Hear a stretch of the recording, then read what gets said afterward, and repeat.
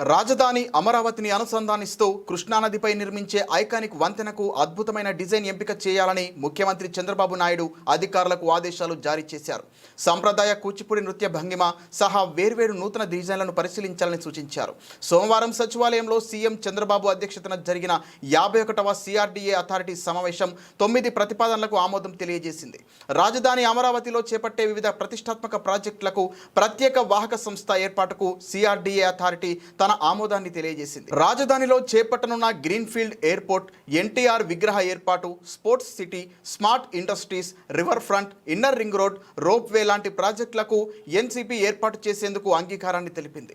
మంగళగిరిలో గోల్డ్ క్లస్టర్లో gems and jewellery park ఏర్పాటుకు ల్యాండ్ పూలింగ్ స్కీమ్ కింద భూ సమీకరణ చేసేందుకు కూడా అథారిటీ ఆమోదించింది. మంగళగిరిలోని ఆత్మకూరు వద్ద 78 ఎకరాల్లో గోల్డ్ క్లస్టర్ను ఏర్పాటు చేసేందుకు భూ సమీకరణ చేయాలన్న సిఆర్డీఏ ప్రతిపాదనకు అథారిటీ ఆమోదాన్ని తెలియజేసింది. దీనికోసం ప్రత్యేకంగా ఎల్పీఎస్ నిబంధనలను కూడా అథారిటీ ఆమోదించింది. సిఆర్డీఏ అథారిటీ సమావేశానికి పురపాలక శాఖ మంత్రి పి నారాయణ, సిఎస్కే విజయానంద్, పురపాలక, సిఆర్డీఏ, ఏడీసీకి చెందిన ఉన్నతాధికారులు హాజరయ్యారు.